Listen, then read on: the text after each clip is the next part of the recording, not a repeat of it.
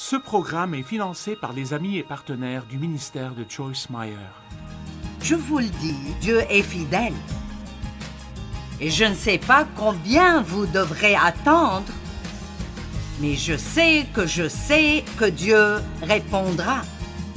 Et je sais que vous pouvez jouir de votre attente si vous améliorez simplement votre attitude.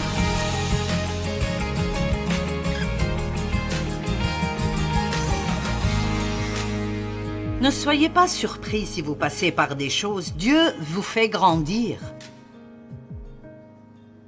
Vous ne remerciez peut-être pas Dieu pour cela maintenant, mais je remercie Dieu maintenant pour certaines des expériences les plus difficiles que j'ai eues dans ma vie et certains des endroits où Dieu m'a mise qui étaient justes. Je veux dire des chrétiens qui faisaient des choses et traitaient les gens de façon qui n'était juste pas bonne. Et je ne comprenais pas pourquoi j'étais là. Et vous savez quoi? Je n'ai pas appris quoi faire, j'ai appris quoi ne pas faire. Et parfois, la seule façon d'apprendre à ne pas maltraiter d'autres personnes est d'être dans une situation où vous êtes injustement maltraité. Allez. Et puis, vous savez, vous apprenez parce que vous savez ce à quoi ça ressemble. Vous ne savez pas ce que j'ai dû traverser pour pouvoir vous aider aujourd'hui. Je plaisante. Eh bien, pas vraiment, mais... Je suis si heureuse d'être passée par tout cela. Je ne suis même pas désolée à propos de mon enfance, parce que ça fait partie de qui je suis aujourd'hui. Job a attendu, Ruth et Esther ont attendu, j'ai attendu.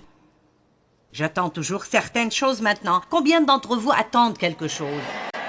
Eh bien, je ne peux rien faire concernant cette attente, mais je peux vous aider à apprécier la vie alors que vous attendez. C'est la clé. Je peux vous aider à apprécier la vie alors que vous attendez. Mon Dieu, comme cela énerve le diable. Jean 10, le voleur vient seulement pour voler, tuer et détruire. Mais Jésus a dit, je suis venu... J'aime cela, ça détruit tout le plan du diable. Je suis venu... Et cela clôt la discussion.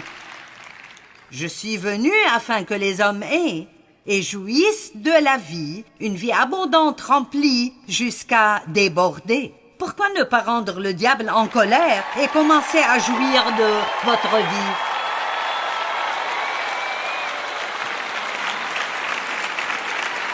C'est-à-dire apprendre comment jouir de la vie ordinaire de tous les jours. La vie, juste la vie.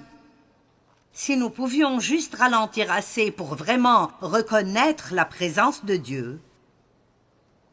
Et peut-être que certains de vous ne savent même pas de quoi je parle, mais il y a une véritable présence de Dieu que vous pouvez, je ne vais pas dire sentir, mais vous pouvez la discerner, vous pouvez la ressentir. Vous la connaissez dans vos cœurs.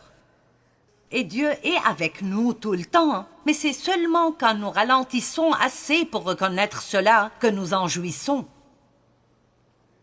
Et quand la Bible dit « Réjouissez-vous dans le Seigneur »,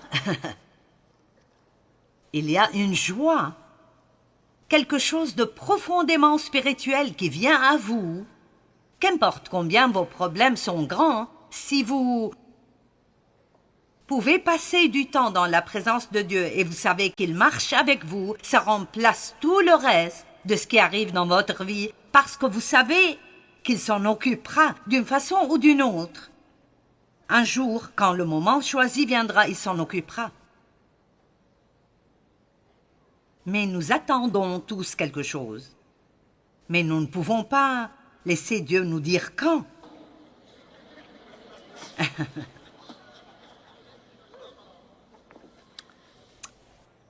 Combien plus longtemps, Seigneur?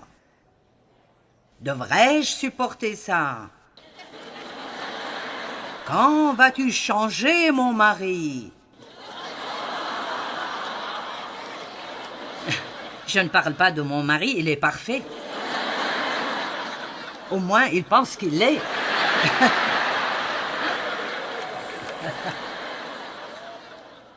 Oh oui, vous savez quoi?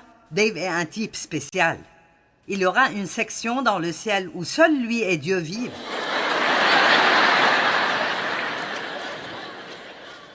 J'ai demandé à Dave, parce que j'aime parler aux gens à propos de ce genre de choses.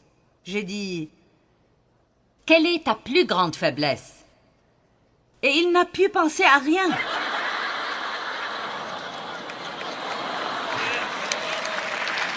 Qu'est-ce que c'est que ça? Et ce n'est pas que... Je veux dire, il sait qu'il a des faiblesses, mais... Dave est juste... Tout va pour le mieux chez lui. C'est en partie sa personnalité, mais... Il n'est pas du tout anxieux, insécurisé. Il s'en fout de ce que les gens pensent de lui.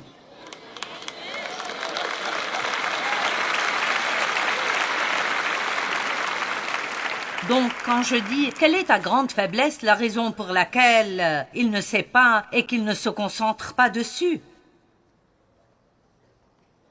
Il ne se concentre pas dessus parce qu'il pense, eh bien, Dieu me connaît et il sait ce qui est bon et il sait ce qui ne l'est pas et je lui fais confiance pour s'occuper des choses. Et c'est là que la vie devient belle. Maintenant, si vous me demandez quelle est ta faiblesse, je peux en nommer quelques-unes. Parce que j'ai essayé si dur de changer. Allez, vous comprenez, j'ai essayé. Et essayé. Dieu, qu'est-ce que tu veux que je fasse?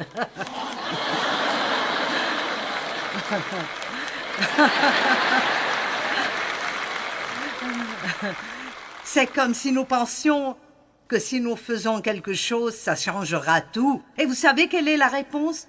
Il voudra que nous le croyions, que nous lui fassions confiance, que nous l'attendions avec une bonne attitude. Oui, mais qu'est-ce qu'il veut que nous fassions? Nous ne pouvons pas arrêter de faire. Nous ne sommes pas des actes humains, nous sommes des êtres humains. Oh mon Dieu! Acte 16, acte 1, 6 et 7. Alors les apôtres réunis lui demandèrent, « Seigneur, est-ce en ce temps que tu rétabliras le royaume d'Israël ?» Il leur répondit, « Ce n'est pas à vous de connaître les temps ou les moments que le Père a fixés de sa propre autorité. » C'est-à-dire, il y a certaines choses que vous n'êtes pas supposés savoir. Youhou, vous n'avez pas besoin de tout savoir. Dites à votre voisin, tu n'as pas besoin de tout savoir.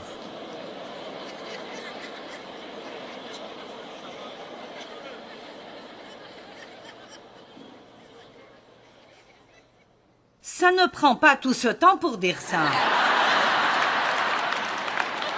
Vous voyez comment vous êtes? Je vous ai donné un peu de liberté. Et vous vous êtes perdu en faisant ce que vous voulez. Maintenant, je dois essayer de vous ramener. Très bien. Luc chapitre 18.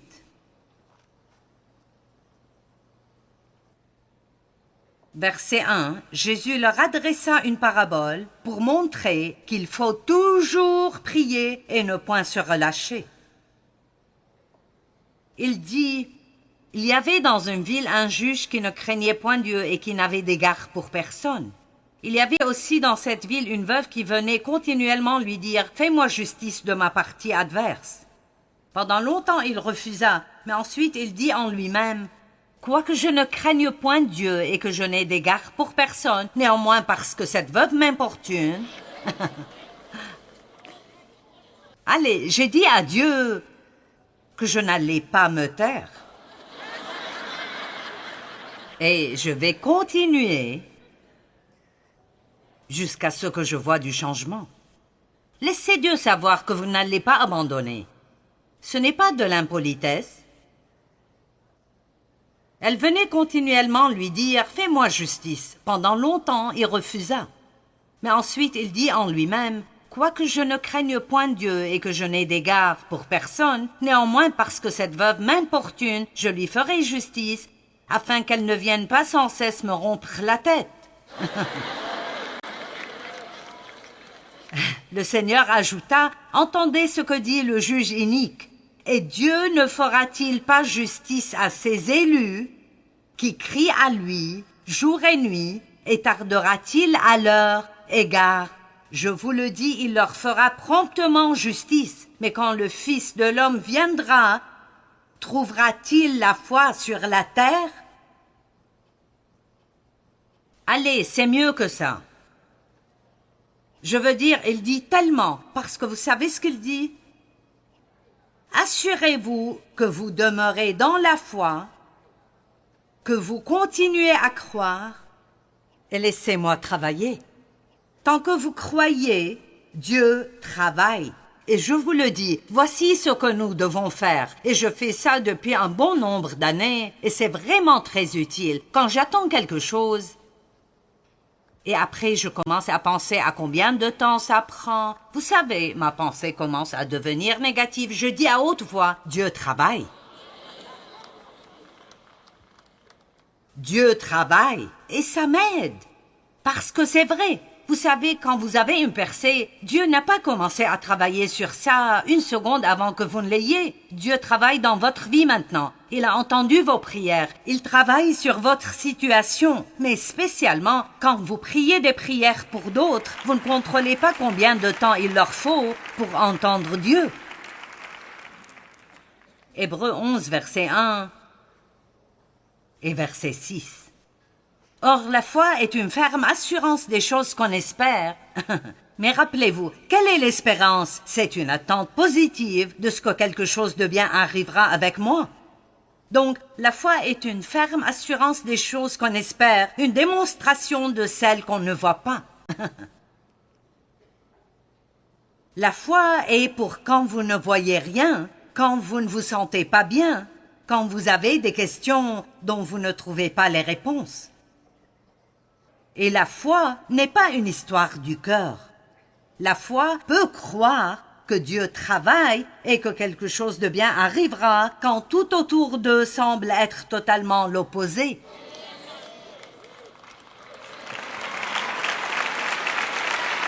Peut-être que nous devons juste simplifier les choses et avoir un peu d'instruction sur le fait de retourner à la foi simple. Je crois Dieu.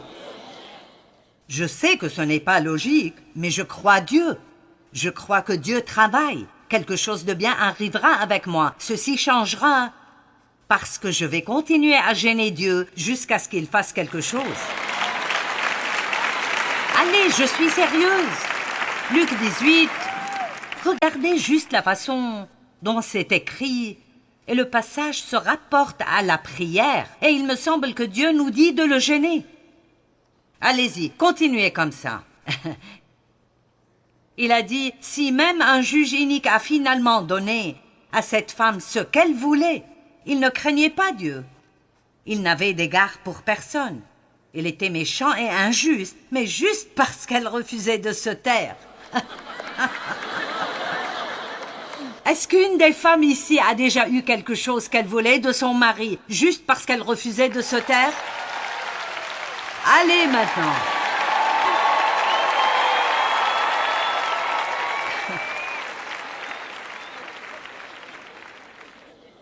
Eh bien, vous comprenez.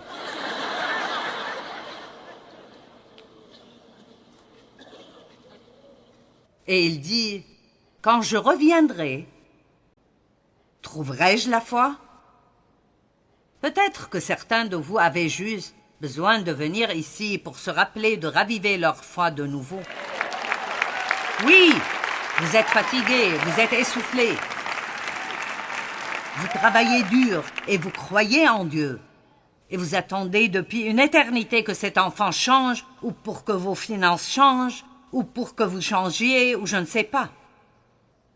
Mais je suis là pour vous dire, je suis passé par là, et je passe encore par cela, dans différentes saisons à des moments différents. Et je vous le dis, de la parole de Dieu, et d'après mon expérience et l'expérience de beaucoup d'autres, que Dieu est fidèle. Et je ne sais pas combien vous devrez attendre, mais je sais que Dieu répondra.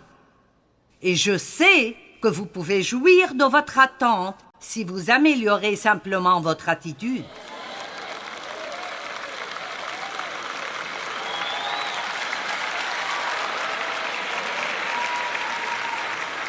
Vous dites, eh bien, je ne peux pas contrôler ce que je ressens.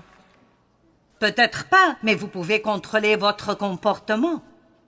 Vous le pouvez parce que la Bible dit que nous avons la maîtrise de soi. La maîtrise de soi veut dire que vous pouvez vous contrôler au cas où vous ne l'avez pas compris. Or, sans la foi, il est impossible de lui être agréable. Car il faut que celui qui s'approche de Dieu croit en deux choses, que Dieu existe et qu'il est le rémunérateur.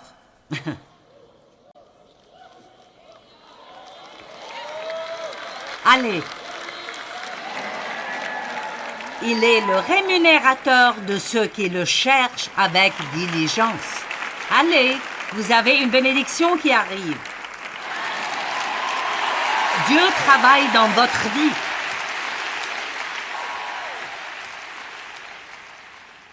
Et vous savez quoi? Le diable vous fera peut-être face, et il pourrait avoir une crise après l'autre, mais il ne vaincra pas Dieu et vous travaillant ensemble. Ça n'arrivera simplement pas. Allez, ralentissez assez pour... Vous savez, quand vous absorbez assez de la présence de Dieu, elle vous fortifie. L'onction sur votre vie augmente. Vous croyez Dieu. Je pense honnêtement que juste ralentir peut faire une grande différence dans toutes nos vies. Vous comprenez ceci?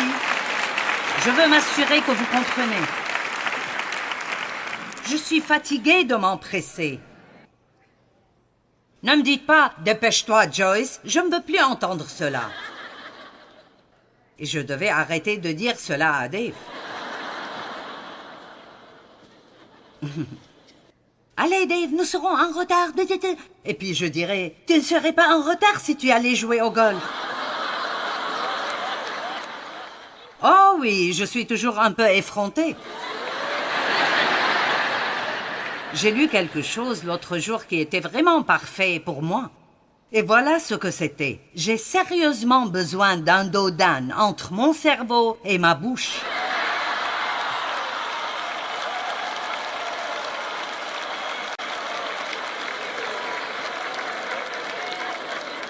Combien d'entre vous en ont besoin aussi?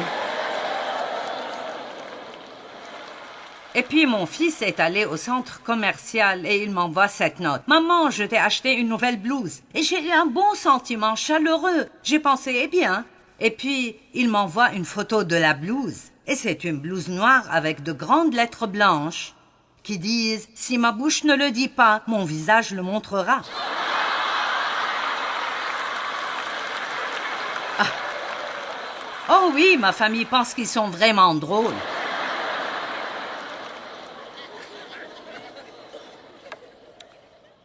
Seigneur, qu'est-ce que je dois faire maintenant? Vous savez, quand nous attendons, nous sommes tentés. Nous avons beaucoup de tentations alors que nous attendons. Et tenter de...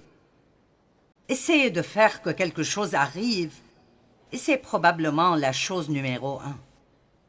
Essayer de faire que quelque chose arrive. Comme Abraham et Sarah, ils attendaient et elle a été fatiguée d'attendre et donc Sarah a une grande idée et Abraham va avec. Elle décide que si elle ne tombe pas enceinte, alors elle laissera Abraham avoir une deuxième femme. Je veux dire, c'est stupide depuis le début.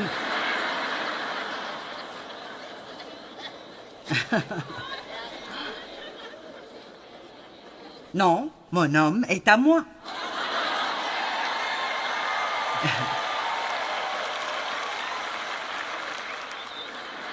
Et ne le regardez même pas trop longtemps.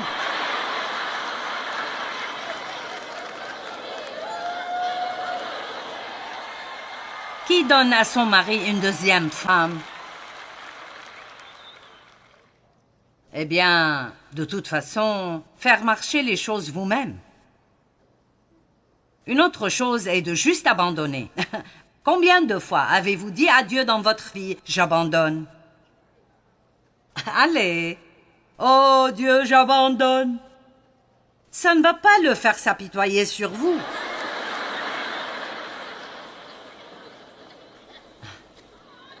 Eh bien, j'abandonne. Vous dépasserez cela et vous continuerez. Et vous êtes tenté de vous énerver contre d'autres personnes qui ne traversent pas ce que vous traversez. Jaloux des personnes qui ne semblent jamais avoir de problème dans la vie et pour qui tout semble, vous savez, allez bien pour eux. Vous êtes malade tout le temps et votre ami n'a jamais même eu un rhume. Et vous l'aimez avec l'amour du Seigneur, mais vous ne pouvez pas le supporter.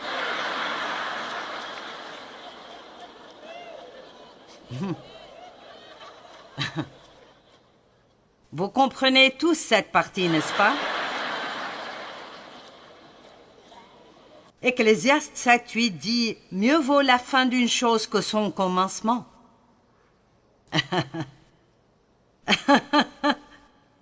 Elle trouve cela drôle.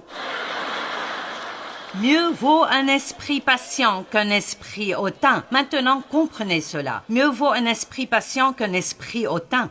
L'orgueilleux essaye de prendre les choses en main et fait que quelque chose arrive lui-même.